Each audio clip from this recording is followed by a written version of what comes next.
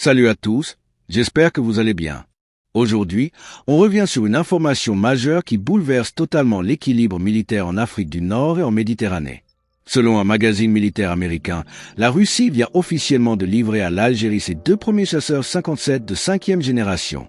Et avec cette livraison, l'Algérie devient le premier pays au monde à recevoir cet appareil en dehors de la Russie, un chasseur furtif conçu pour rivaliser directement avec les F-35 américains. Alors comment l'Algérie en est-elle arrivée là? Pourquoi cette acquisition est-elle aussi symbolique? Et surtout, qu'est-ce que cela change réellement dans la région et sur la scène internationale? On va tout décrypter ensemble. Ce 18 novembre 2025, la nouvelle a été confirmée par Military Watch.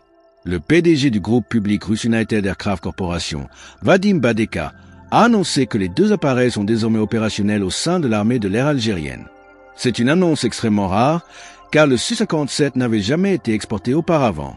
L'appareil représente l'avant-garde technologique russe. Furtivité, manœuvrabilité exceptionnelle, missiles longue portée, capacité à opérer dans des espaces fortement défendus, précision de tir, puissance des radars. On parle ici d'un niveau technologique que très peu de pays maîtrisent. Ce n'est pas un simple achat militaire. C'est un message stratégique très clair. L'Algérie, qui possède déjà l'une des flottes de chasseurs les plus puissantes du continent, franchit un nouveau cap. Ce choix prend racine dans un événement clé, l'intervention militaire de l'OTAN en Libye en 2011. Ce conflit a profondément marqué Alger. Cette période a fait naître une conviction au sommet de l'État algérien. Il faut moderniser, renforcer et autonomiser les capacités militaires, notamment aériennes. Depuis, le pays a investi dans des chasseurs de plus en plus sophistiqués, dans la défense aérienne, dans la modernisation de l'industrie militaire et dans des partenariats poussés avec la Russie. D'après Military Watch, les premières démarches concrètes pour acquérir le Su-57 remontent à 2020. L'Algérie avait même présenté à la télévision publique des maquettes du chasseur, signe évident qu'une décision stratégique était en préparation. Aujourd'hui, cette décision devient réalité. Le Su-57 est avant tout un symbole de souveraineté technologique. Il est capable d'engager des cibles à très longue distance, d'échapper au radar, de frapper avec une précision remarquable et de pénétrer des défenses aériennes complexes. Contrairement au F-35, qui a montré des limites dans certains environnements et n'a pas encore démontré toute sa valeur en situation de combat réel, le Su-57 a été testé dans plusieurs opérations militaires. Sa polyvalence, son agilité et la puissance de ses missiles en font une plateforme particulièrement redoutable. En devenant le premier client du Su-57, l'Algérie envoie un message direct à ses partenaires, à ses voisins et même à ses adversaires potentiels. Elle veut disposer de la meilleure technologie sans dépendre des États-Unis, ni de l'Europe, ni de leurs restrictions politiques. C'est aussi une manière d'affirmer une souveraineté stratégique totale. L'Algérie consolide son indépendance, diversifie ses alliances et confirme sa position de puissance régionale. Cette opération militaire n'est pas isolée. Elle s'inscrit dans un contexte où de plus en plus de pays du Moyen-Orient s'intéressent au 57, comme l'Égypte, l'Arabie saoudite ou les Émirats arabes unis. Mais le fait que l'Algérie soit la première à l'obtenir change complètement la donne. Cela renforce sa crédibilité militaire et diplomatique et conforte la Russie dans son rôle de partenaire stratégique majeur en Afrique du Nord. Cette acquisition aura des conséquences importantes sur la géopolitique régionale. Pour Moscou, c'est un succès diplomatique considérable et un moyen d'affirmer son influence dans une région traditionnellement convoitée par l'Occident. Pour Alger, c'est un outil supplémentaire de dissuasion qui pourrait rééquilibrer plusieurs rapports de force. Le pays montre clairement qu'il est prêt à adopter un modèle d'autonomie stratégique loin des dépendances occidentales. Avant de passer à l'actualité en bref, dites-moi en commentaire, pensez-vous que cette acquisition marque un tournant décisif pour la défense algérienne? Et qu'est-ce que cela révèle, selon vous, sur la nouvelle place de l'Algérie dans le monde? On enchaîne maintenant avec d'autres informations importantes. Première actualité, les tarifs des passeports algériens pour la diaspora vont enfin être révisés. Après un premier rejet par la Commission des finances, l'amendement proposé par le député Fares Rahmani a finalement été adopté en séance plénière. Jusqu'ici, un passeport coûtait 6 000 dinars en Algérie, mais jusqu'à 60 € à l'étranger, soit 9 000 dinars aux taux officiels et jusqu'à 16 500 dinars au marché noir. Une différence énorme, héritée d'un taux de change datant de 2009. L'amendement propose d'ajuster le prix en fonction du taux de change réel chaque année. Une avancée majeure pour la diaspora en attendant l'officialisation par les autorités compétentes. Deuxième actualité, l'usine algéro-américaine de Turbine GAT à Batna continue son ascension sur le marché mondial. Depuis ses premières exportations en 2021, l'entreprise ne cesse de gagner en influence dans un marché où la demande explose. Avec des standards internationaux respectés, des prix compétitifs et une montée en capacité prévue pour 2025, l'Algérie confirme sa volonté de devenir un acteur industriel de haut niveau. De nouveaux contrats sont en cours avec des pays du Moyen-Orient et plusieurs États africains. Troisième actualité, le secteur pharmaceutique algérien connaît une expansion spectaculaire. Avec 218 usines réparties sur tout le territoire, l'Algérie possède aujourd'hui plus du quart de la capacité industrielle pharmaceutique du continent africain. Le pays exporte vers l'Afrique, le monde arabe et même l'Europe. En 2024, les exportations ont atteint 46 millions de dollars, notamment grâce à l'insuline et aux médicaments spécialisés. Le ministre Wassim Kidri a annoncé de nouveaux projets, dont la création d'une usine pharmaceutique en Mauritanie, mais aussi l'ouverture de banques algériennes en Afrique pour faciliter les échanges. L'objectif est clair, renforcer la souveraineté sanitaire africaine et réduire la dépendance aux importations. Et enfin, dernière information, une alerte sur la protection des données personnelles dans certains smartphones Samsung vendus dans la région MENA. Les modèles des séries A et M intégreraient une application préinstallée, AppCloud, développée par la société israélienne Iron Source. Cette application collecte des données sensibles comme des empreintes digitales, des données faciales, des adresses IP, des informations sur les applications installées ou encore les interactions publicitaires. Problème. Cette application n'est pas présente sur les mêmes modèles vendus en Europe ou aux États-Unis, ce qui soulève des questions sur un ciblage spécifique de la région. L'absence de transparence et le manque d'une politique claire poussent certaines ONG à parler d'un risque réel pour la souveraineté numérique.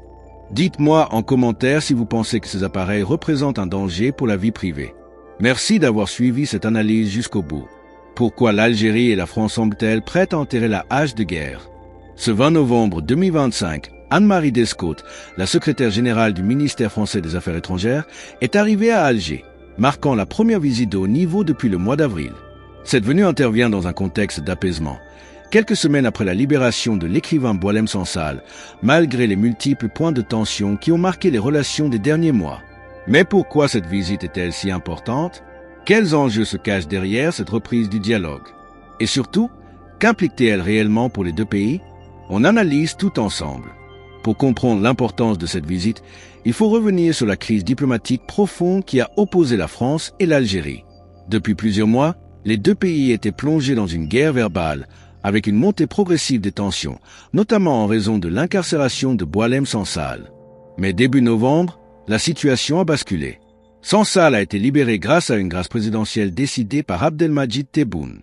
Ce geste symbolique a ouvert un espace pour de nouvelles négociations. Dans ce climat d'accalmie, Anne-Marie Descotes s'est rendue à Alger afin d'amorcer des discussions concrètes. Le porte-parole du ministère français des Affaires étrangères a indiqué que cette visite s'inscrit dans une démarche destinée à relancer la dynamique entre les deux pays. Les priorités annoncées sont claires, relancer la coopération migratoire, sécuritaire et économique. Des sujets cruciaux pour la France, mais également pour l'Algérie, qui joue un rôle central dans la stabilité de la région. La libération de Boualem Sansal a été un moment très symbolique dans ces crises, mais il est essentiel de comprendre que cette décision ne résout pas toutes les tensions. Le ministre algérien des Affaires étrangères, Ahmed Attaf, a rappelé que la reprise des contacts avec la France ne devait pas être perçue comme une conséquence directe de la libération de l'écrivain. Cette position témoigne de la volonté de l'Algérie de ne pas réduire la complexité de ses relations avec Paris à une seule affaire. Comme le souligne Attaf, les relations algéro-françaises dépassent largement ce dossier. Le rapprochement doit donc s'inscrire dans une démarche globale de coopération mutuellement bénéfique et non dépendre uniquement de médiations ponctuelles ou d'événements isolés. Le 9 novembre, le Quai d'Orsay a annoncé la visite d'Anne-Marie Descotes à Alger. L'objectif de cette rencontre est de préparer un terrain favorable à un dialogue plus approfondi et de rétablir les canaux de communication.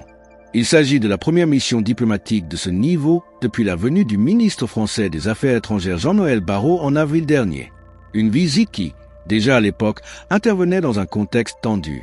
Aujourd'hui, la France cherche clairement une normalisation des relations et l'Algérie semble prête à s'engager vers une coopération plus sereine. Paris a exprimé son souhait de relancer la coopération sécuritaire, migratoire et économique, autant de domaines dans lesquels les deux pays ont intérêt à travailler ensemble pour faire face à leurs défis communs. Mais il y a un point essentiel. L'Algérie insiste sur le fait que cette reprise du dialogue ne doit pas se limiter aux questions sécuritaires ou migratoires. Le message est net, Les relations doivent être équilibrées et aborder un ensemble de sujets, pas seulement ceux qui préoccupent prioritairement la France. Le ministre français de l'Intérieur, Laurent Nunez, est attendu à Alger d'ici la fin novembre, mais sa visite devra s'inscrire dans une perspective plus large que celle des seules reconduites aux frontières. Toutefois, cette reprise du dialogue ne sera pas sans obstacle. L'Algérie semble vouloir avancer avec prudence pour s'assurer que la relation repose réellement sur des bases solides. Le Quai d'Orsay a d'ailleurs indiqué que les négociations seraient menées étape par étape, avec la volonté d'aboutir à des résultats concrets au bénéfice des deux pays. L'un des points les plus sensibles reste celui de la sécurité. Les autorités algériennes ne veulent pas voir cette thématique dominer la relation bilatérale au risque de provoquer de nouvelles tensions. La question de l'immigration clandestine et des reconduites aux frontières, notamment concernant les ressortissants algériens, demeure également un point de friction majeur. Contrairement aux méthodes coercitives encouragées par certains responsables français par le passé, l'Algérie réclame désormais un dialogue calme et ferme, fondé sur des engagements clairs et des résultats tangibles. Pour Alger, la diplomatie doit reposer sur des principes d'égalité et de respect mutuel, et non sur des rapports de force ou des gestes symboliques sans suivi. Ce qu'il faut retenir, la visite d'Amari Descote à Alger marque un tournant potentiel dans les relations franco-algériennes après plus de 15 mois de tension. Si le rapprochement semble authentique, il est encore tôt pour dire s'il conduira à une véritable normalisation. Mais une chose est sûre, les deux pays ont tout intérêt à rétablir une relation apaisée, équilibrée et constructive, fondée sur des résultats concrets et une coopération réellement mutuellement bénéfique. Et vous, qu'en pensez-vous? Cette visite marque-t-elle, selon vous, le début d'une véritable réconciliation entre la France et l'Algérie? Ou s'agit-il simplement d'un geste diplomatique sans lendemain? Dites-le moi en commentaire. Avant de passer à l'actualité en bref, n'oubliez pas de liker, partager et vous abonner pour ne rien manquer de nos prochaines analyses et décryptages. On commence avec cette actualité sur la formation des médecins spécialistes en Algérie. Lors de sa visite de travail à Constantine, le président Tebboune a souligné l'importance de renforcer la formation des médecins spécialistes dans le pays. Bien que l'Algérie forme chaque année 13 000 médecins généralistes, il a insisté sur la nécessité d'augmenter le nombre de spécialistes pour répondre aux défis sanitaires. Le président a supervisé le lancement de plusieurs projets d'envergure à Constantine, notamment un centre hospital-universitaire, CHU, ultramoderne. Cet établissement de 500 lits, construit sur une superficie de 20 hectares, comprendra 24 services hospitaliers couvrant différentes spécialités médicales. Le projet a inclus également un pavillon de formation capable d'accueillir 1000 étudiants pour répondre à la demande croissante en formation spécialisée. Tebboune a insisté sur la nécessité de développer des pôles de santé d'excellence, en particulier en neurologie, en chirurgie cérébrale et en cardiologie, afin de consolider le système de santé national. Il a également rappelé que l'Algérie bénéficie d'une forte crédibilité dans le domaine médical, ce qui a poussé plusieurs pays développés, dont l'Allemagne, à proposer des partenariats pour renforcer les capacités médicales algériennes. Parallèlement, le président a inauguré un complexe industriel dédié à la production d'inhalateurs respiratoires, de traitements ORL et de médicaments anticancéreux.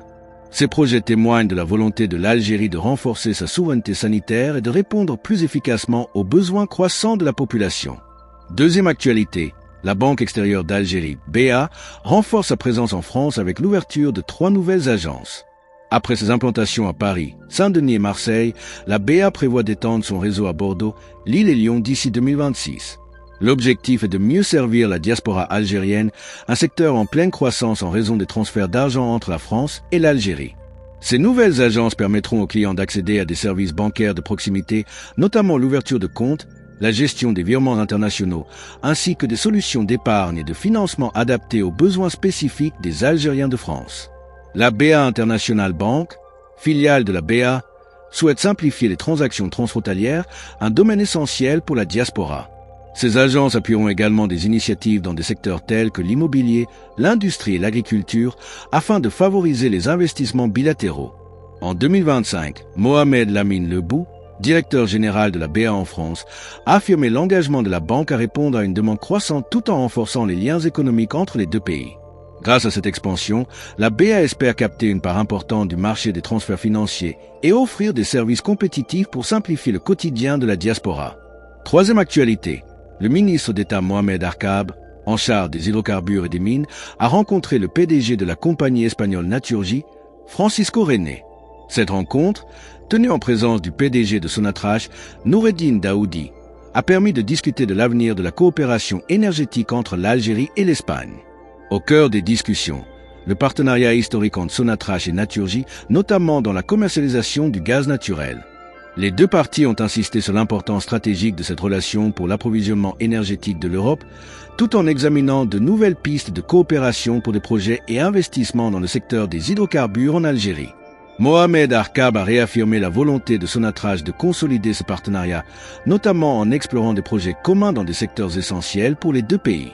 De son côté, Francisco René a salué la solidité de la relation entre Naturgy et Sonatrach, réaffirmant son engagement à approfondir cette coopération à travers de nouveaux projets énergétiques dans l'intérêt mutuel des deux parties. Cette rencontre reflète la dynamique croissante des relations énergétiques entre l'Algérie et l'Espagne et ouvre la voie à des perspectives prometteuses dans les secteurs du gaz, du pétrole et des énergies renouvelables. On termine avec l'actualité concernant la réglementation des crypto-monnaies en Algérie. La Banque d'Algérie a adopté une approche radicale pour lutter contre l'utilisation des crypto-monnaies sur le territoire national. En plus de la loi de finances 2018, qui interdisait déjà la détention et l'échange d'actifs virtuels, de nouvelles directives de la Commission bancaire imposent désormais des mesures de surveillance strictes aux banques et à Algérie Post. Chaque guichetier et chaque serveur bancaire devient une véritable sentinelle chargée de détecter les opérations liées au Bitcoin, à l'Ethereum, au Tether et à d'autres actifs numériques. Les banques devront mettre en place des systèmes automatisés pour repérer toute transaction suspecte, qu'il s'agisse de virements vers des plateformes d'échange ou de mouvements répétitifs sans justification économique. Les autorités exigent également une surveillance des adresses IP et une vigilance particulière face aux techniques d'anonymisation comme les mixeurs de crypto-monnaies. Dès qu'une transaction suspecte est détectée, les banques sont tenues de transmettre une déclaration de soupçon à la cellule de traitement du renseignement financier, sans en informer le client. Cette stratégie vise à lutter contre le blanchiment d'argent et le financement illicite, mais elle soulève aussi des interrogations concernant la confidentialité et la liberté économique. Qu'en pensez-vous ? Ces mesures sont-elles nécessaires ou trop intrusives? Dites-le moi en commentaire. Merci de nous avoir suivis jusqu'au bout. Prenez soin de vous et à très bientôt pour une nouvelle vidéo.